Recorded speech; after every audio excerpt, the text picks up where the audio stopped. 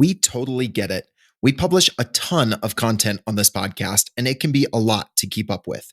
That's why we've started the B2B Growth Big Three, a no fluff email that boils down our three biggest takeaways from an entire week of episodes. Sign up today at sweetfishmedia.com/big3. That's sweetfishmedia.com/big3. You're listening to B2B Growth, a daily podcast for B2B leaders. We've interviewed names you've probably heard before, like Gary Vaynerchuk and Simon Sinek, but you've probably never heard from the majority of our guests. That's because the bulk of our interviews aren't with professional speakers and authors. Most of our guests are in the trenches leading sales and marketing teams. They're implementing strategy. They're experimenting with tactics. They're building the fastest growing B2B companies in the world.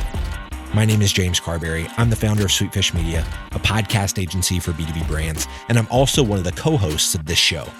When we're not interviewing sales and marketing leaders, you'll hear stories from behind the scenes of our own business. We'll share the ups and downs of our journey as we attempt to take over the world. Just kidding. Well, maybe. Let's get into the show.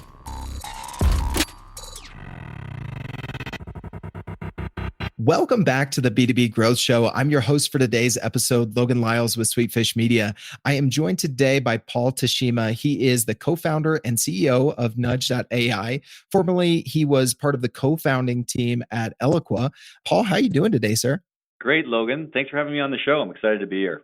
Hey, it is great to have you on. We formerly had your co-founder on a previous episode sometime back. That was back on episode 455. We had Steve Woods on. So really great to have another member of the Nudge team on the show today. Appreciate you joining us.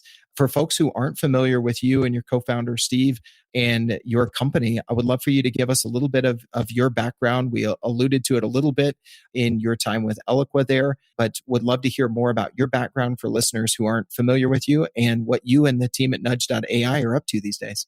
Yeah, for sure, Logan. So I've been in the sales and marketing technology space, especially B2B, for now 20 years. Seen a lot of changes in the wave of automation. And after we sold Eloqua, took it public and sold it in 2013, Steve and I jumped right back on the horse and decided to start something, not in the marketing side this time, but in the sales side. And so at Nudge, we are a relationship intelligence platform. And what that means is we help B2B sales teams find and grow the right relationships that drive growth for the business. We think that although CRM is a huge market today, still it's too often just record management. And so we add that intelligent layer in tracking how strong relationships are growing and who are the right people to engage with right within CRM to really make it a relationship management system. I love that. I love the idea of bringing relationship back to that acronym because it has definitely been more about the data and the dashboards over the last several years than it really has been, not to, throw rocks at any specific CRM. I think it's just in general that CRM has become more of a data repository than really a finger on the pulse of your relationships, right? Absolutely. And I think we're entering a relationship economy. B2B sales has always been about relationships, but it's so noisy now for the buyer. I think that they are more and more leaning towards trusted sources to figure out how they're going to solve problems. And I think Element Trust Barometer put out a stat that said that they think 84% of all B2B decisions today start with a referral. And so as a professional, sales professional, you could say, and this is a quote from Lars Nilsson, the ex-head of sales at Cloudera, it's the hardest part about closing a deal today is finding it. And so being in the network, being in that place where the buyer's looking is part of the art and the science of being a modern sales professional today. Wow. That was going to be my first question for you, Paul, is, why should B2B salespeople care about their network? As we're going to be talking about, some strategies and tactics to grow your network at different stages in your career and the art of managing those relationships. But I don't think there's much more to say than that 84% that you just laid out there. Yeah. I mean, if you think about your career though, Logan, we have a saying your network is your net worth. And I think that as a sales professional, others who've been in the profession for a while know that those relationships that you make when you close a deal and work with a buyer last you a lifetime if you do it right, and it helps you in spades as you move from job to job and even do different roles. And so I think investing in your network early, even if you're a young BDR right out of college, is critical. and making sure you're adding value and doing the right things along the way will pay off for you down the road. Absolutely. I couldn't agree with you more there, Paul. So you guys had a blog post that you co-wrote a while back, and I took a look at that. And one of the things that you touched on there that I think was really applicable to this conversation is for B2B salespeople, some steps on how to access target accounts through their network and through the network of maybe their first degree network. Can you speak to some strategies there that you've seen work well and some advice for B2B salespeople these days? Yes, absolutely. I think too often warm intros or referrals, which is the way we're seeing most of the success of getting into these larger target accounts, is done by happenstance, right? Someone just happens to Hmm. mention, "Oh, I know someone there. I went to college with them." And I think that as a sales professional today, you really should be more purposeful in your efforts. And so there's some things that we've learned are best practices. One of them right off the bat is actually spending time with your advocates in your customer base. So actually first, maybe you've already worked with a champion, sold them, they've become a customer and they've been successful. Going back to them, spending time with them, and then asking them for that referral help. You'll be surprised how often they're happy to give it. They're happy to give an introduction if to someone they know. Second is using technology platforms like, for example, LinkedIn. I know everyone obviously is on LinkedIn, but then using that intro ask and being really specific about what you're looking for and who you want to get in touch with is a really good way to incur action and get that person to get back to you. And then finally, as a third option, even if you can't necessarily get an intro, using that name drop is a really good tactic, whether it's in an email or in a call, because what you're trying to do is broker like even a toehold of trust so that buyer actually says, well, they know this person and I know them, so at least I'll pay a little more attention to this outreach or this call and maybe get back to them. And it gives you that little extra differentiation and personalization in the outreach. I agree. I've seen, it used before and I have in the past where, I have an introduction, but maybe I didn't get that handoff email from the person that I know introducing me and CCing myself and the new person that I'm building a relationship with. In that case, the best thing I've found to do, maybe it's not the best thing, but at least from my anecdotal experience is, in that subject line, I usually lead with the person's name that suggested I reach out. Paul, if you suggested that I reach out to someone that I don't know, but you didn't send that connection email, I might start it out with Paul Teshima suggested that I reach out and go early to that mutual association. I completely agree with that. And I think that as a CEO and a buyer myself, it's when I see those mutual sort of relationships that I will absolutely give that particular sales professional a little more time and attention than everyone else who's just generically reaching out to me. Yeah, being on both sides of it, I'm sure you see inbound sales requests, email, LinkedIn calls, all that sort of stuff yourself. So either from personal experience or just what you guys are seeing in the market on that asking for introductions, are there some nuances there? I heard you say, get specific on why you think it would be, good to get an introduction. Do you see a lot of salespeople who are just saying, "Hey, could you introduce me to someone who might be a good fit?" And then they kind of get that blank stare, like you just ask someone to sing any song in the world, and because they have so many options, nothing actually comes to mind. Yes, there's some elements here. Let me go through three of them that I think are really important. One is be specific. We already talked about that. Like, who do you want to get in touch with? Why? And then why is it going to be valuable for them? So, in other words, if this person gives you the intro and effectively leverages their relationship capital for that intro, you don't want to make it wasted, right, for them. You don't want them to feel like, oh, I did that Hmm. intro and it was just a waste of my friend's time. The second is also indicate in that intro request, I will also forward you an email you can directly use. In other words, don't even make it any effort for them other than, hey, I was talking to so see this note below. This is what they're interested in talking about. Do you want to take the introduction? And so make it as easy and seamless as possible. If they have to like sit down and think, oh, I've got to remember what they told me that they wanted about, and I have to like wordsmith it, they're never going to get that intro done. Those three steps are be specific, explain what the value is in the introduction for the person they're going to give you the intro to, and then tell them also they're going to forward you an email after this that they can just use right out of the bat. Absolutely. I think the more that you can make that painless and frictionless, the better odds you're going to have that that's actually going to happen. I love that. I think that's great advice, Paul. So one of the other things I know you guys had touched on in that blog post that I referenced was how to measure a relationship to avoid deals slipping through the cracks. Can you speak to what you guys are seeing there and some effective best practices maybe? Yes, I can for sure. And I think that if you're a head of sales, there's always been a quarter where some deals have slipped and not closed, and often it's because they are single threaded. You're only really talking to the champion. You didn't get buy-in. And Gartner today says that on average, the average number of people needed to close a deal in B2B selling is 7 to 10. So that number has grown quite a bit over the last 10 years, and it's because there's more consensus-driven buying happening at the customer today than ever before. And so if you are a sales professional or sales manager and you're looking to look at deal health and manage the forecast, it's becoming more critical to identify, is the sales professional engaging the right roles at the right time at the right level to get the deal done. And so to date, I will say that a lot of this is done through qualitative conversations, deal review, hmm Yeah. the sales professional, whether they're telling them that this is actually happening.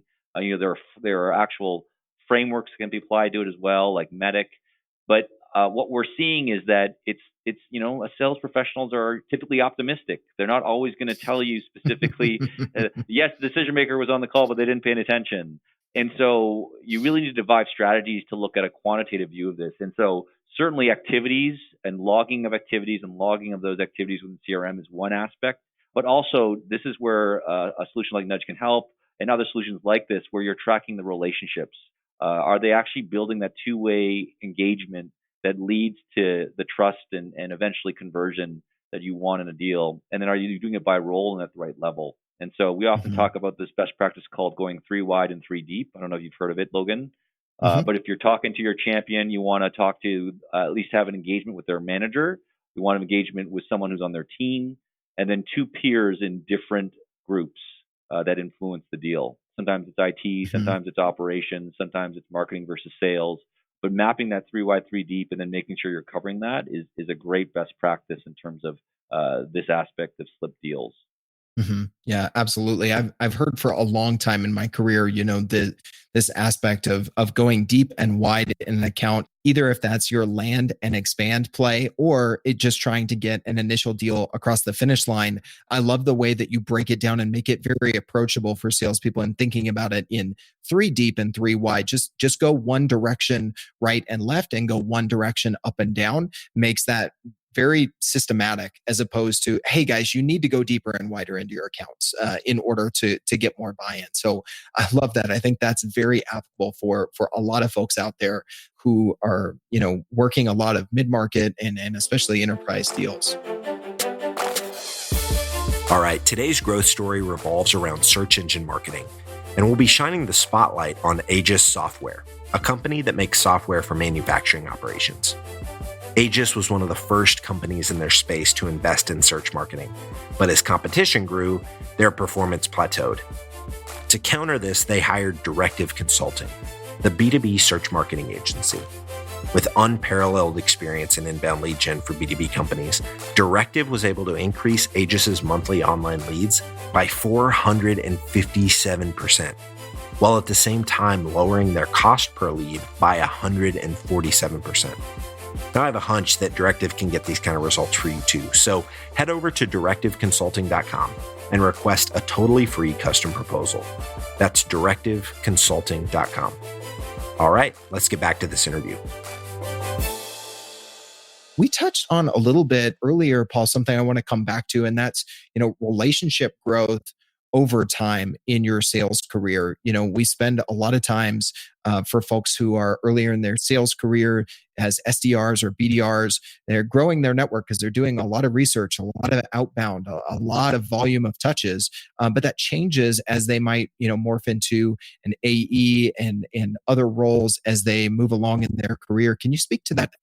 For sure, I can. So there was a study done by the Chicago Booth School of Business, this guy named Ron Burt, and one of the things he studied was how the network strength and size affects professionals' careers. And they actually found it was the number one predictor of success. And the reason is pretty simple. If you only keep a small network of people you only are exposed to ideas and principles and people that are very similar to you.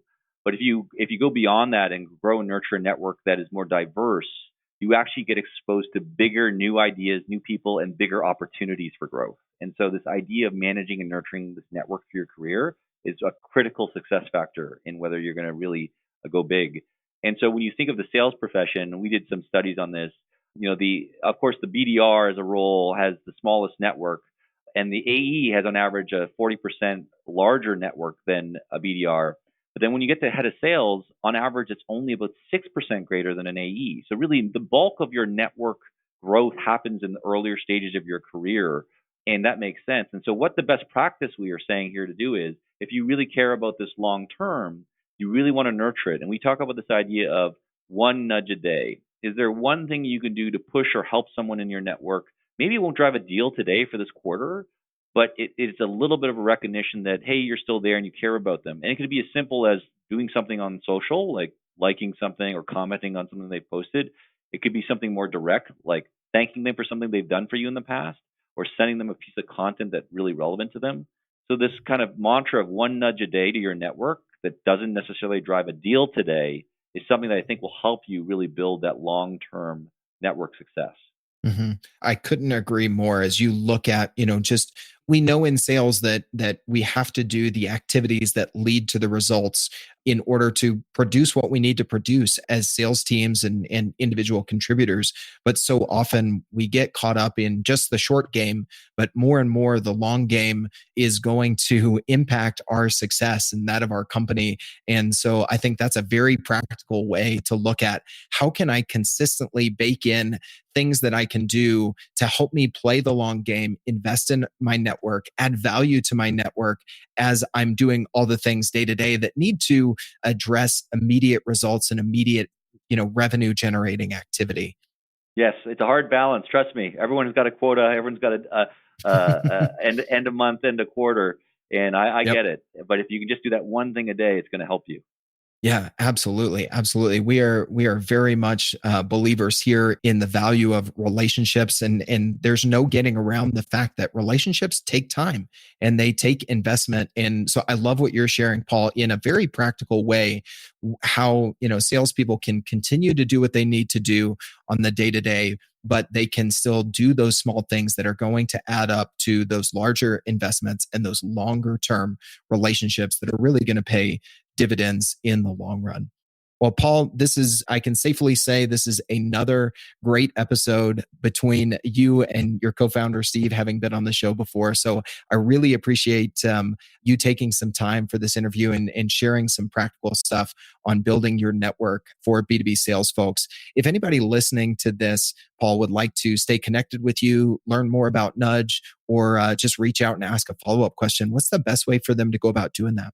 Well, first of all, you can connect with me on LinkedIn. I'm very active on LinkedIn, and I definitely review every invitation. And so just personalize it a bit, mention you heard me on the show. I'm more than happy to connect with you and exchange some ideas. Two, if you want to find more about Nudge, you can see us at Nudge.ai. I'm also on Twitter at Paul Teshima. Awesome. I love it. Well, Paul, thank you again for being on the show. I feel like this is going to deliver a lot of value to listeners. So thank you for sharing your time and your insights with us today. Thanks for having me, Logan. It was a lot of fun. Digital marketing agencies have a tough job. You have to stay on top of the latest marketing strategies for your clients and your agency. What if there was a way you could address both at the same time? Imagine your agency putting out content with greater quality and quantity. Envision bringing your clients a turnkey solution for one of B2B marketing's fastest growing media strategies, podcasting. You know, all those clients asking for your help with their account-based marketing efforts? Picture being the first to bring them the idea of content-based networking, showing them the proven strategy for breaking into their most coveted accounts. Here's the concept. Sweetfish Media is looking to work with a limited number of innovative agencies interested in a new partnership model. We produce a podcast for your agency. You introduce the power of podcasting and Sweetfish services to your clients. Everybody wins. Learn more at sweetfishpartners.com.